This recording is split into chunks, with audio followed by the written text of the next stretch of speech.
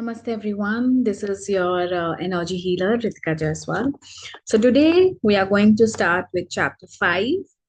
A perfume saint displays his wonder, and today is day 6 of book study of autobiography of a yogi. So I hope you are regularly uh, watching the videos, or you are doing the book study by yourself. Please do share me your experiences in messages or comments. So let's start with the book study, chapter 5. Until now, we have seen about the amazing experience of Paramahansa Yogananda ji in his quest to find his guru. He is still in his search of guru. He has a picture in his mind, in his visions about his guru.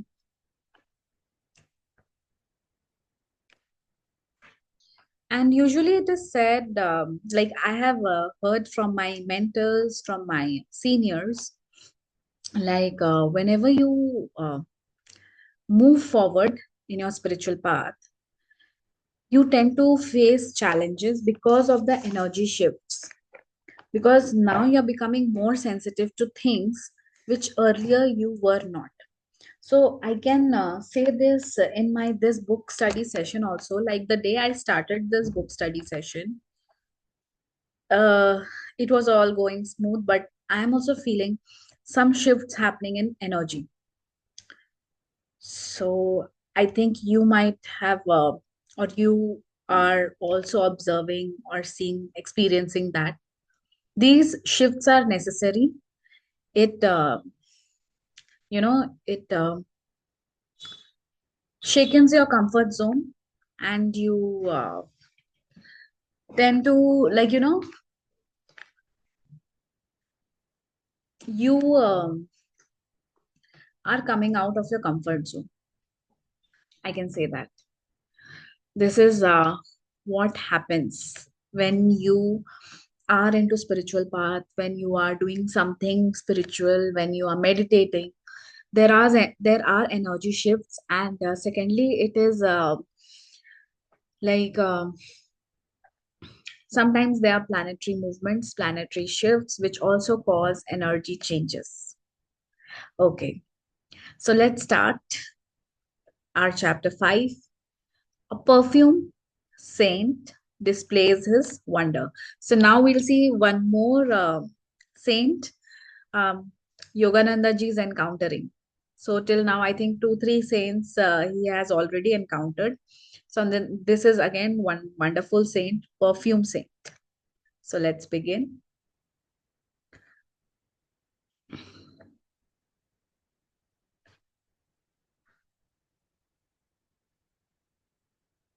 Yeah. To everything, there is a reason, there is a season, and a time to every purpose under heaven. This is such a beautiful line. To everything, there is a season and a time to every purpose under the heaven. I did not have this wisdom of Solomon to comfort me. I gazed searching about me on any. Just a second.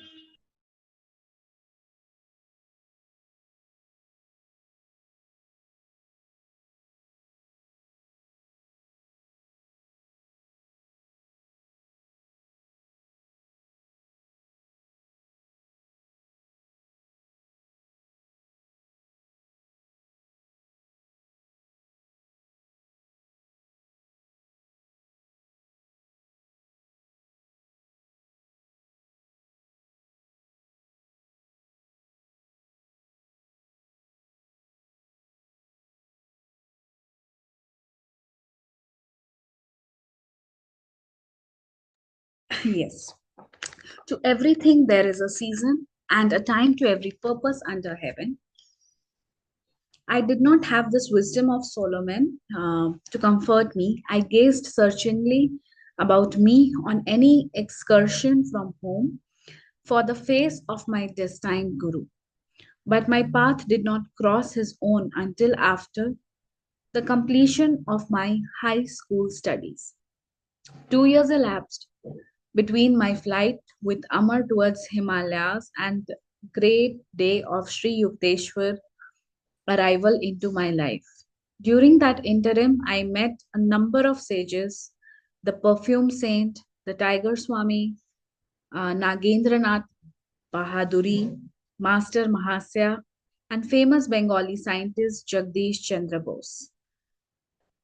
So now he's telling like the first line which describes is quite obvious that to everything there is a season, and to every purpose and a time to every purpose. Like if you're meditating today, so for example, if you're meditating for the purpose of peace, so it can happen that you may not feel peaceful after meditation.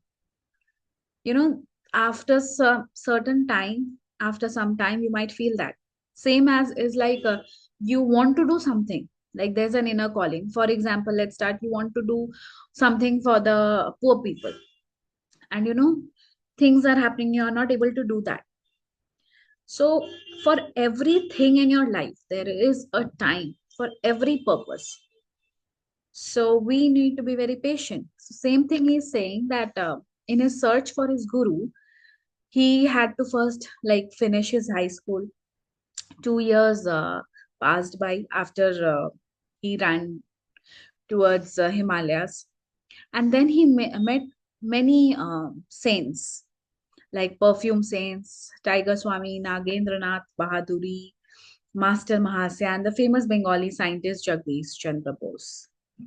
My encounter with perfume saint had two preambles, one harmonious and the other humorous. God is simple, everything else is complex. Do not seek absolute values in relative world of nature. So he's saying like, um, here, these philosophical finalities gently entered my ear as as I stood silently before a temple image of Kali. Turning, I confronted a tall man whose garb or lack of it revealed him a wandering sadhu. Now, over here, he's saying God is simple, everything else is complex. Do not seek absolute value in relative word of nature. So, these philosophical lines these gently entered the Guruji's ears. Turning, I confronted a tall man whose garb or lack of it revealed him a wandering sadhu. You have indeed penetrated the bewilderment of my thoughts. I smiled gratefully. The confusion of benign and terrible aspects in nature, as symbolized by Kali, has puzzled wiser heads than mine. So he's saying, these thoughts have entered my mind, and these it has puzzled in his head the confusion of benign and terrible aspects in nature, as symbolized by Kali, has puzzled wiser heads than mine. Few there be who solve her mystery. Good and evil is challenging riddle which life places sphinx-like before every intelligence. Attempting no solution, most men pay forfeit um, with their lives. Penalty now, even as in the days of Thebes. Here and there, a towering, lonely figure never cries defeat. From the Maya of duality, he plucks the cleaveless truth of unity. You speak with conviction, sir. I have long exercised an honest introspection, the exquisitely painful approach to wisdom. Self scrutiny, relentlessness, observance of one's thought is a stark and shattering experience. It pulverizes the Taoist ego, but true self analysis mathematically operates to produce seer. The way of self expression, individual acknowledgments, results in egoistics, sure of right to their private interpretation of God and universe. Truth humbly retires, no doubt, before such arrogant originality. I was enjoying the discussion. So, over here, as you can see, there is a discussion going on about, the symbolization of Kali.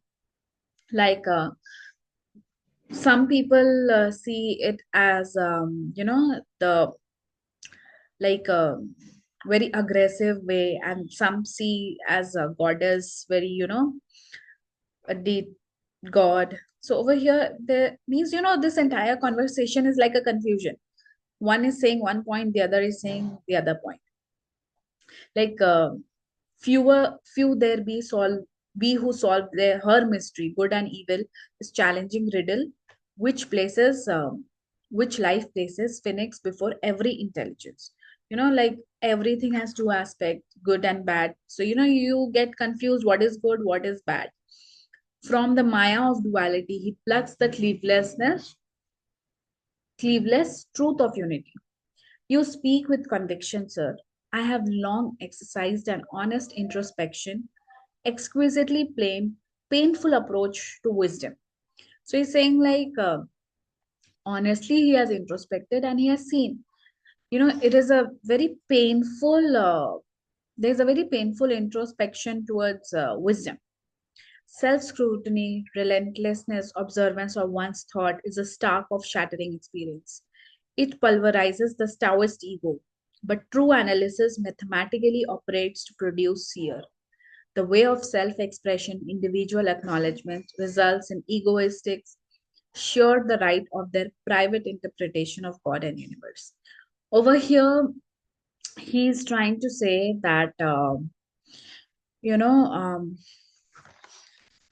like, one can grow only by, selflessly observing oneself, seeing what needs to be improved, what thoughts needs to be shattered, to break the ego. So you can say that is a painful approach. When you go on a self improvement journey, you see, you come to know about the real you. And you tend to, you have to do a lot of self work to get over things. And sometimes it is a very painful process. So the way of self expression, individual acknowledgements, results in egoistic sure of the rights to their private interpretation of God and the universe. Truth humbly retires, no doubt, before such arrogant originality. I was enjoying the discussion. Man can understand no eternal verity until he has freed himself from pretensions. The human mind, bared to a centuried slime, is teeming with repulsive life of countless world illusion.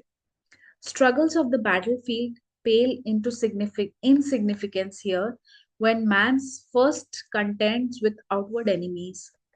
No mortal foes these, to be overcome by harrowing array of might, omnipresent, unresting, pursuing man even in sleep, subtly equipped with miasmic weapon.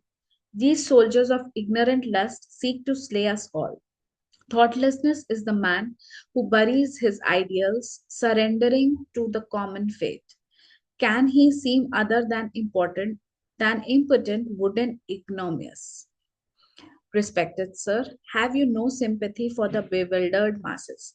So over here, this conversation is happening between Guruji and the saint, and he's giving his opinions about, like, truth retires before such arrogant people. Like, truth also cannot come in front of people who are very arrogant.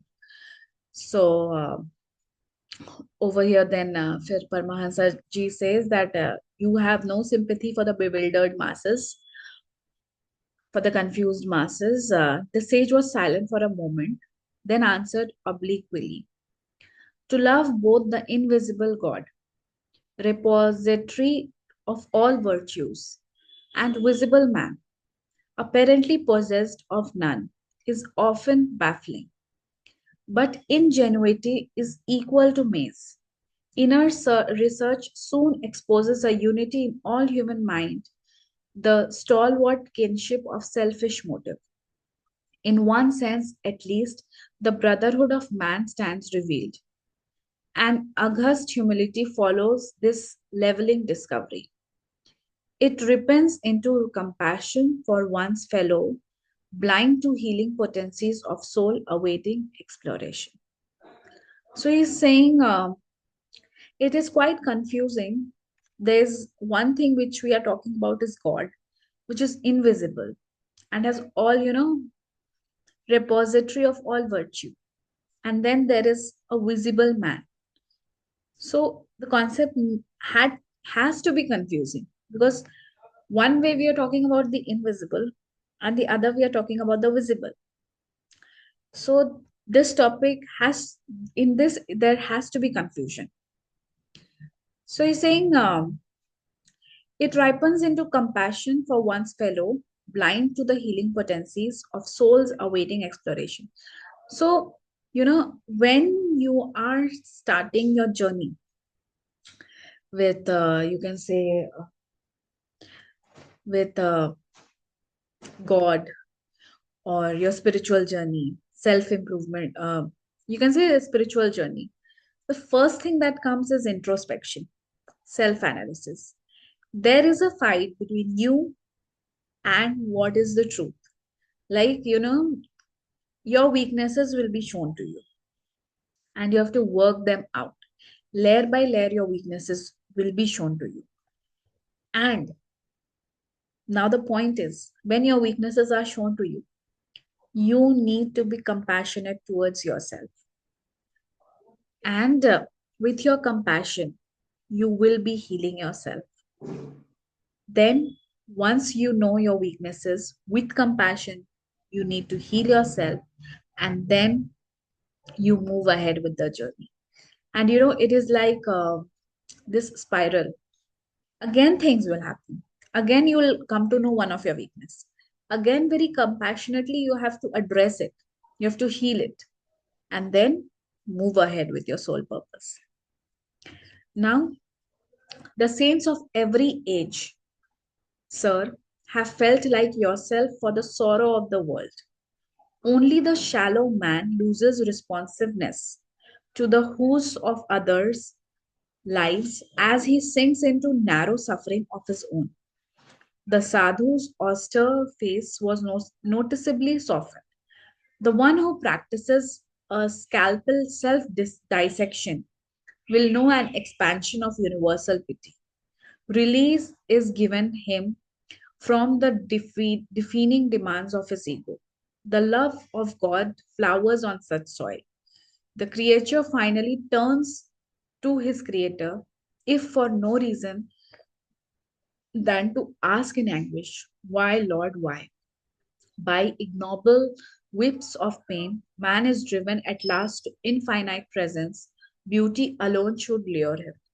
So he's saying that people who go for self dissection means self analysis. Their expansion, you can say their evolution, mind expansion happens fast. And there the blessing of God also comes. The love for God flowers on such soil. It is saying that the blessing of God, the blessings come to such people, the healings comes to such people. See, ultimately, when you are stuck in life, when there's some problem, at last, when nothing gets cracked, you go and you say, like, God, you tell me what to do. We turn to the infinite. But before, the last stage, you should not go at the last stage. You need to be aware. You need to, do introspection, self analysis. Where am I going wrong? What is happening? And then work accordingly.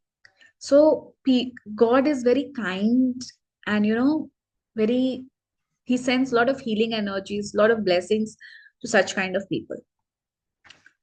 So now the sage is saying, the sage and I were present in Calcutta Kali Ghat temple, whither I had gone to view its famed magnificence. With a sweeping gesture, my chance companion dismissed the ornate dignity. Bricks and mortar sing us no audible tune.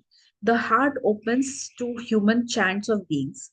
We stroll to the inviting sunshine at the entrance, where throngs of devotees were passing to and fro. You are young, the sage surveyed me thoughtfully. India too is young. The ancient rishis laid down ineradicable patterns of spiritual living.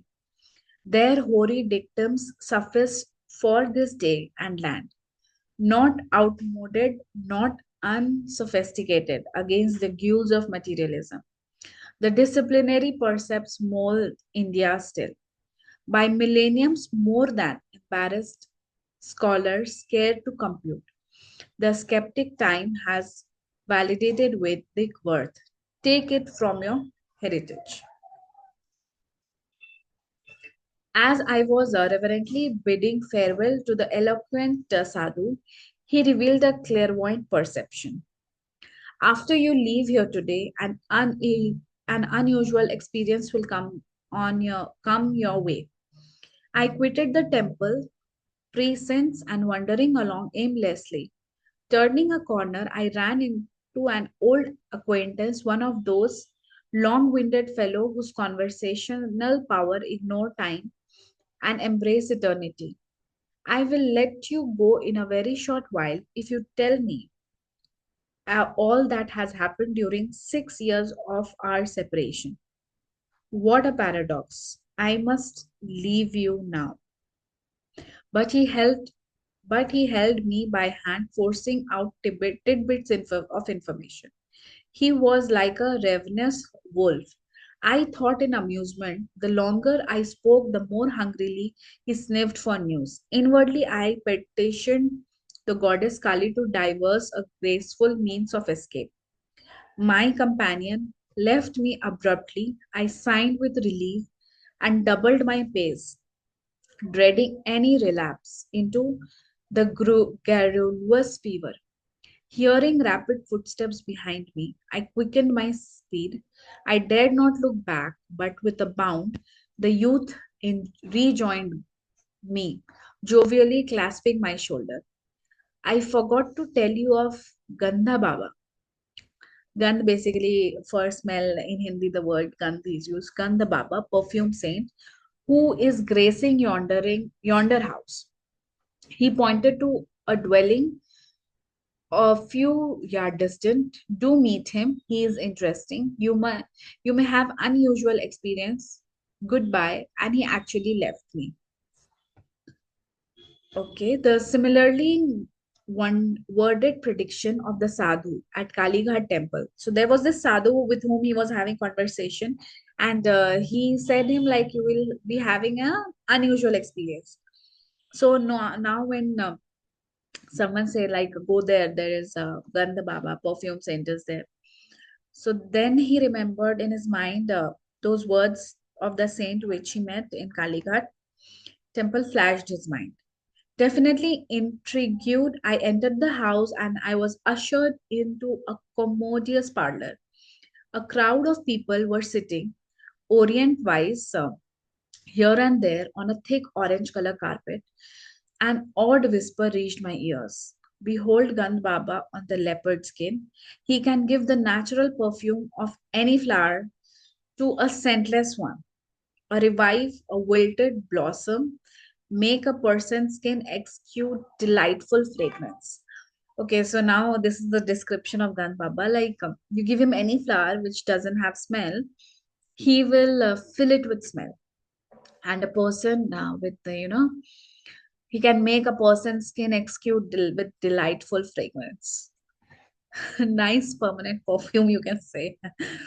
I looked directly at the saint. His quick gaze rested on me. He was a plump and bared, with dark skin and large gleaming eyes. Son, I'm glad to see you. Say what you want. Would you like some perfume? What for? I thought his remark rather childish.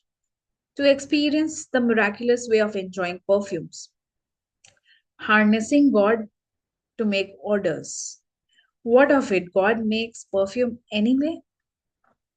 Yes, but he fashions frail bottles of petals of fresh use and discard. Can you materialize flower?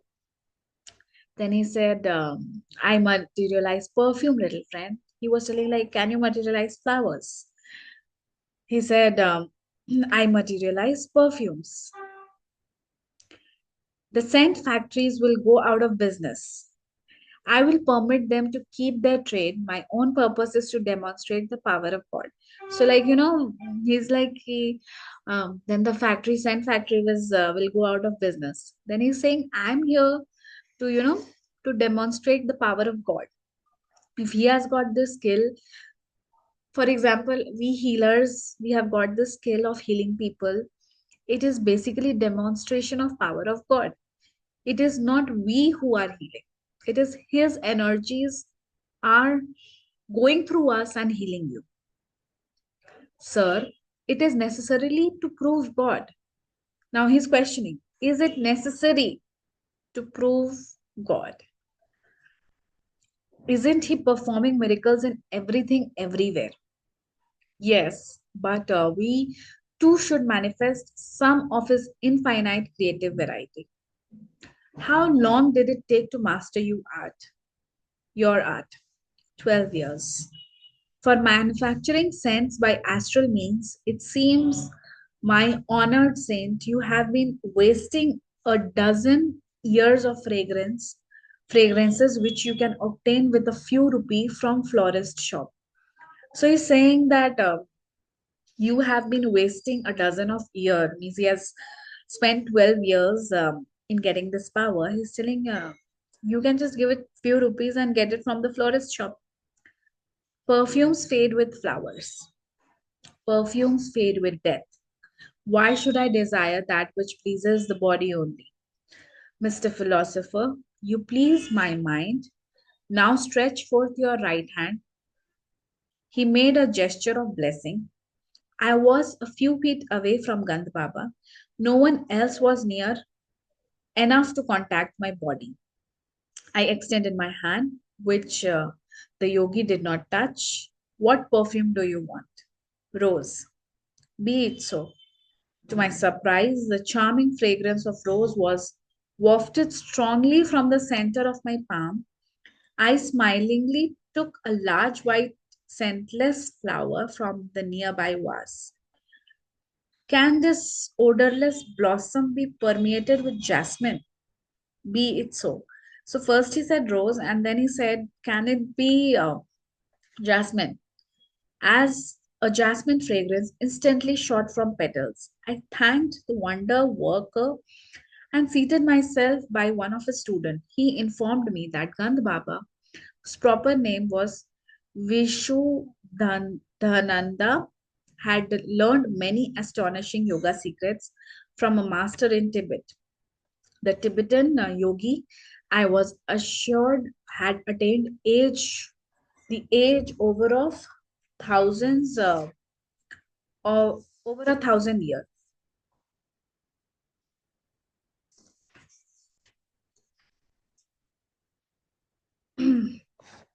His disciple Gandh Baba does not always perform his perfume feats in the simple verbal manner you have just witnessed. The student spoke with obvious pride in his master.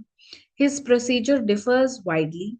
To accord with diversity in temperaments, he is marvelous.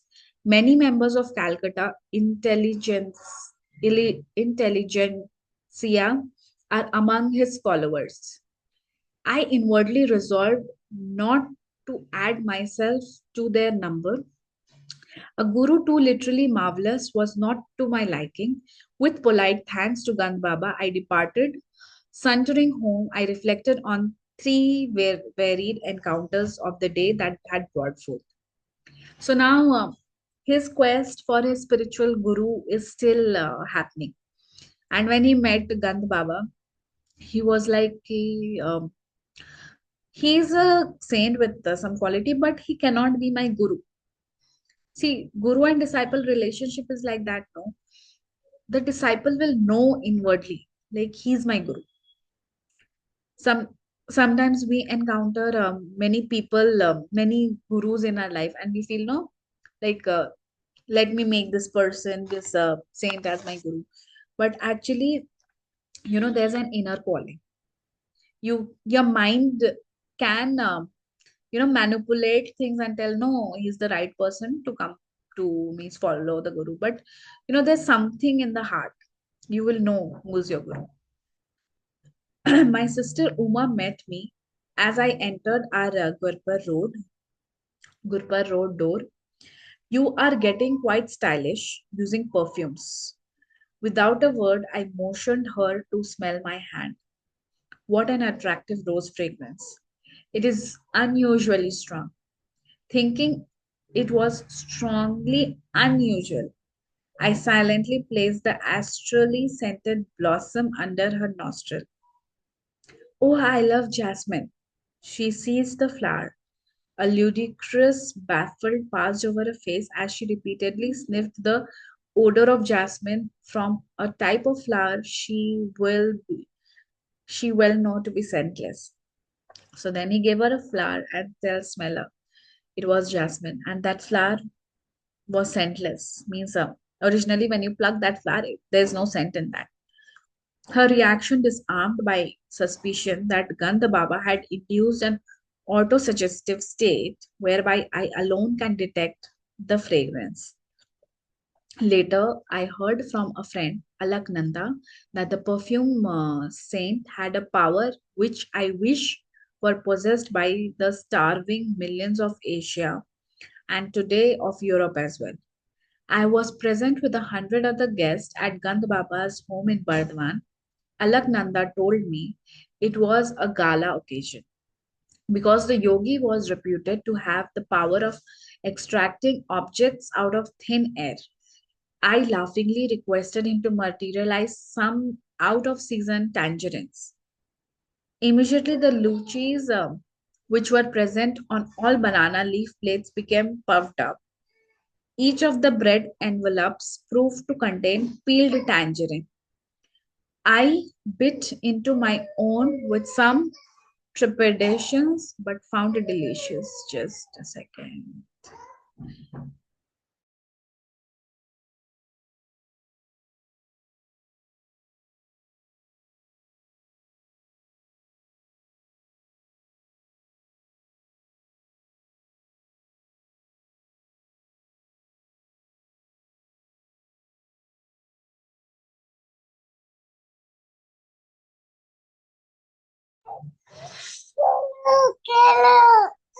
Years, years later, I understood my inner realization how Gandh Baba accomplished. Just a second.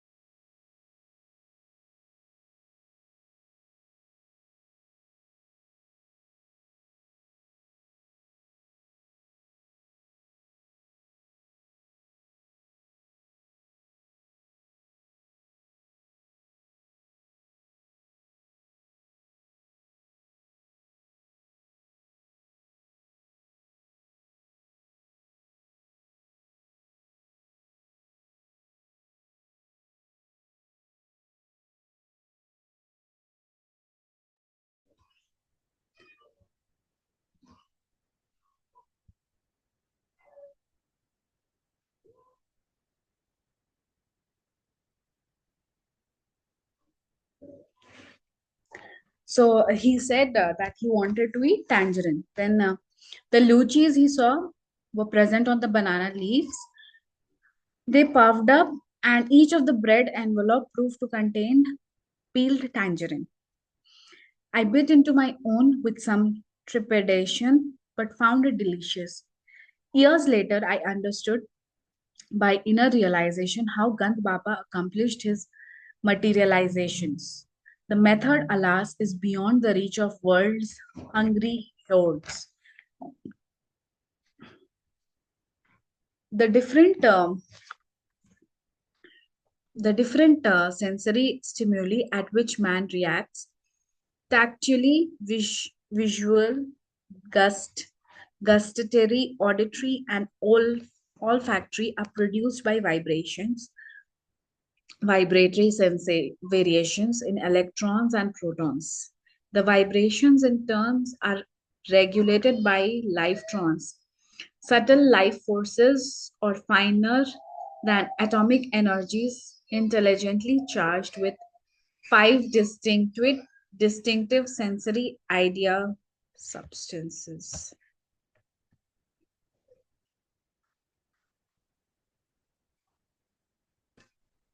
So now this Gandh Baba, tuning himself with cosmic force by certain yogic practices, was able to guide the life trance to rearrange their vibratory structure and objectivize the desired result. His perfume, fruit, and other miracles were actual materialization of mundane vibrations and not inner sensations hypnotically produced. Performances of miracles, such as shown by perfume saint, are spectacular but spiritually useless. Having little purpose beyond entertainment, they are digressions from serious search of God. So over here, Guruji is feeling like, perfume saints are spectacular, but spiritually, what is the use of getting that aroma, getting that, materializing food? So he said, it has nothing to do in search of God. Hypnotism has been used by physicians in minor operations as sort of physical, psychical chloroform for a person who might be endangered by an anesthetic. But a hypnotic state is harmful to those often subjected to it. A negative psychological effect ensues with a time deranges the brain cell. Hypnotism is trespass into the territory of another's consciousness. It is it's temporarily phenomena having have nothing in common with miracles performed by men of divine realization. Awake in God, true saints effect changes in the dream world by means of will harmoniously attuned to the creative cosmic dreamer. Ostentatious display of unusual powers are decreed by masters. The Persian mystic Abu Saint once laughed at a certain fakir who, proud of his miraculous power over water, air, and space. A frog is also at home in water, Abu said, pointed out in gentle scorn. The crow and the vulture easily fly in the air. The devil is simultaneously present in east and in west. A true man is he who dwells in the righteousness among his fellow men, who buys and sells, yet is never for a single instant forgetful of God. So over here, these lines. See, a true man is he who dwells in righteousness, means doing the right thing among his fellow men, being around people who buys and sell, meaning who is doing his everyday activity, practical activities, yet is never a single instant forgetful of God. On other occasion, the great Persian teacher gave his views on the religious life truth to lay aside what you have in your head, selfishness, desires, and ambitions, to freely bestow what you have in your hand and never to flinch from the blows of adversity. In your head, in our head, we all have our desires, our ambition. But to freely bestow what you have in your hand means what you have in your hand. That is in your mind, what is in your hand. And never to flinch from the blows of adversity. Neither the impartial sage at Kali Ghat temple nor the Tibetan trained yogi had satisfied my yearning for Guru. My heart needed no tutor for its recognition and cried for its own. Bravos, the more resoundingly because unoften summoned from silence. When I finally met my master, he taught me the sublimity of example alone, the measure of a true man. So he's saying that when he met his guru, he came to know, how a true man should be. This was an interesting chapter. Now his quest is still, he's still in search of his guru. He has not yet found his guru. And you see, he's very intelligently, he's analyzing things, like what will he do of the perfume? Means how will it help, you know, to connect with God? So this was an interesting chapter. We'll be doing chapter 6 tomorrow, the Tiger Swami. This is again another saint he encountered. So thank you for watching the book reading session. And yes, be regular with your book reading sessions. Have a great day. Namaste.